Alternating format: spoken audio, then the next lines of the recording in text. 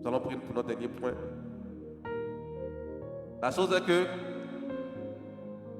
lorsque nous avons été présentés, le Saint-Esprit vient parler en nous. Et lorsque le Saint-Esprit vient parler en nous, il nous donne de rentrer dans une dimension assez intéressante. Et je vais afficher pour qu'on puisse bien lire.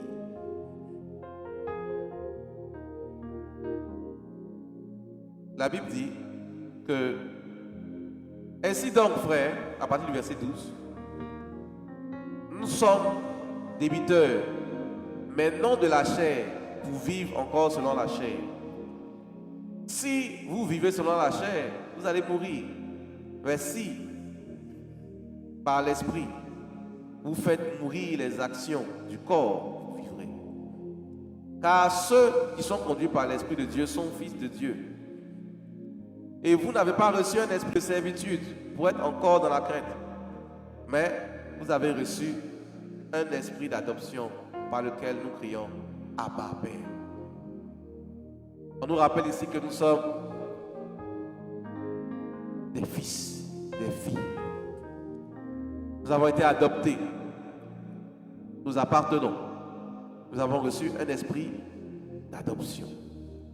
Et de ce même passage, puisque nous avons reçu un esprit d'adoption, alors il est dit, or, si nous sommes enfants, verset 17, nous sommes aussi héritiers, héritiers de Dieu et co-héritiers de Christ, si toutefois nous souffrons avec lui, afin d'être aussi glorifiés avec lui.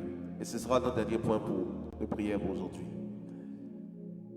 Il y a une dimension que tu dois réaliser. Si tu es enfant de Dieu, tu es héritier de Dieu.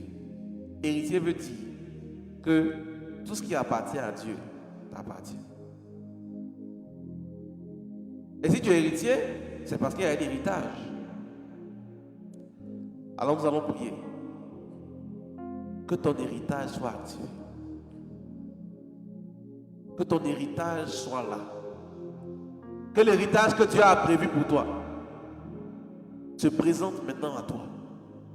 Que tu puisses manifester ton identité d'héritier et que tu puisses entrer pleinement dans ton héritage.